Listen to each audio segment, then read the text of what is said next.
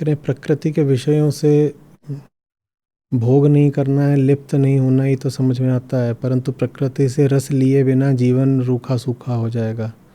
तो प्रश्न ये है कि प्रकृति से रस लेने की मात्रा और स्वस्थ विषय कैसे चुने।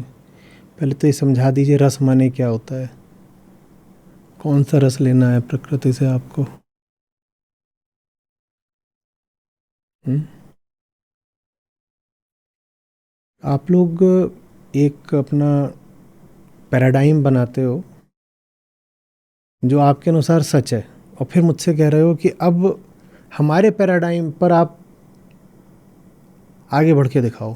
तो आपने अपना बना लिया कि हाँ, प्रकृति से रस तो लेना ही लेना है, वो तो लेना ही लेना है।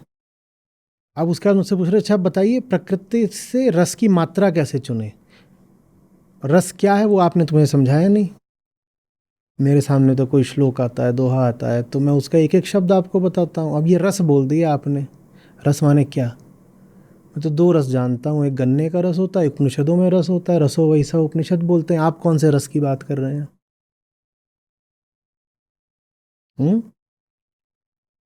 एक एक सत्र अहम और प्रकृति के मध्य सही संबंध के बारे में ही तो है।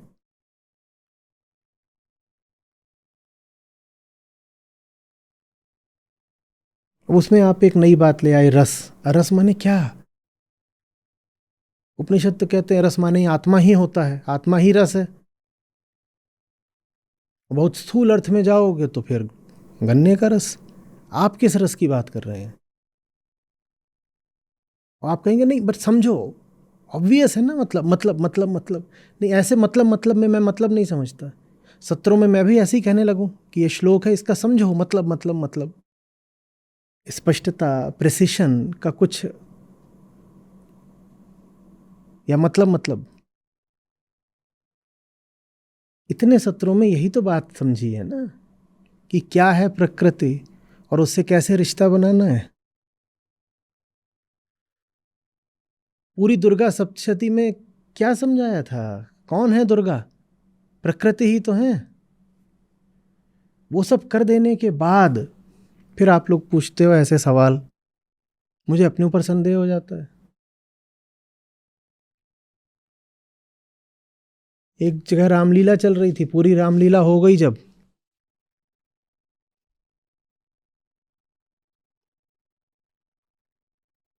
एक ने पूरा देखा फिर उठ के बोलता नहीं बाकी तो सब ठीक है, पर ये जो ये सीता थी राम की थी कौन। ऐसे ही कोई निष्काम कर्म के बारे में कह रहा है, व्हाट इज निष्काम कर्म। जैसे नया नया आपको एक मुहावरा सुनाई दिया है निष्काम कर्म, ऐसे ही आप पूछ रहे हैं कि प्रकृति से रस लिए बिना जीवन सूना हो जाएगा। कहाँ से रस चूसना है, क्या रस है ये।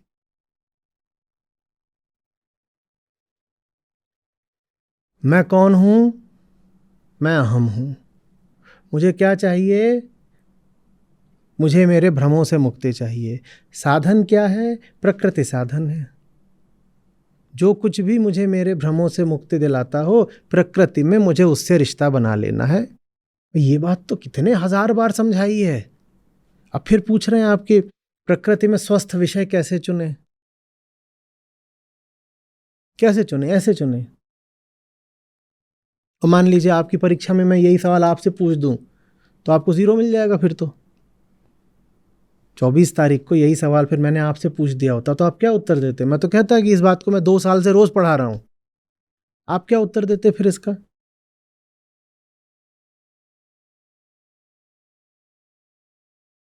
प्रकृति में विषय कैसे चुना जाता है,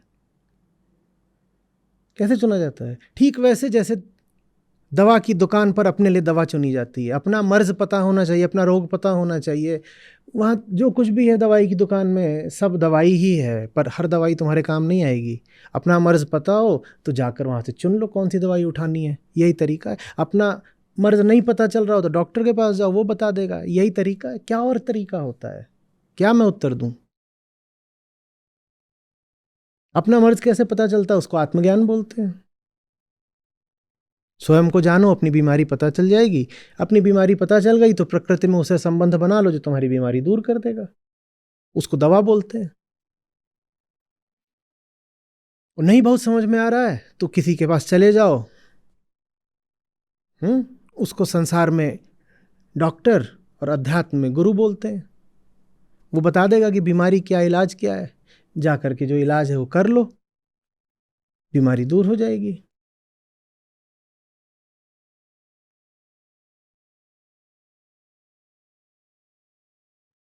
इन्होंने कुछ आंकड़े भेजे हैं अभी, कैलकुलेशन तो कुछ नहीं है उसमें, बस मल्टीप्लिकेशन करी है, पर जो उन्होंने उसमें फैक्ट्स लिए हैं, वो फैक्ट्स हैं कि नहीं पता नहीं। नंबर ऑफ ट्रीज उन्होंने माना है इतने हैं,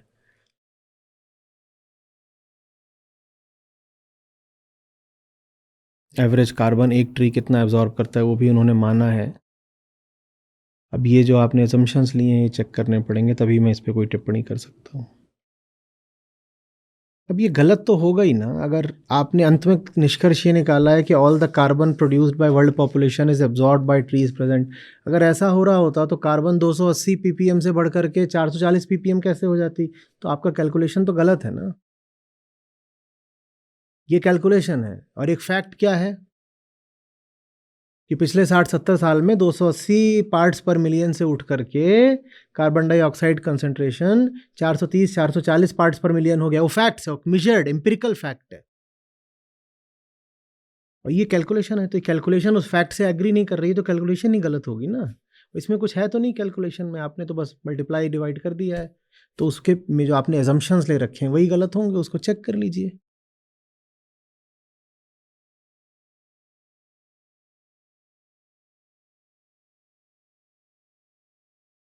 अब ट्रीज लिखे हैं इतने होते हैं, ट्री की डेफिनेशन क्या है? इसको ट्री मान रहे हो, बबूल के झाड़ को भी ट्री मान रहे हो।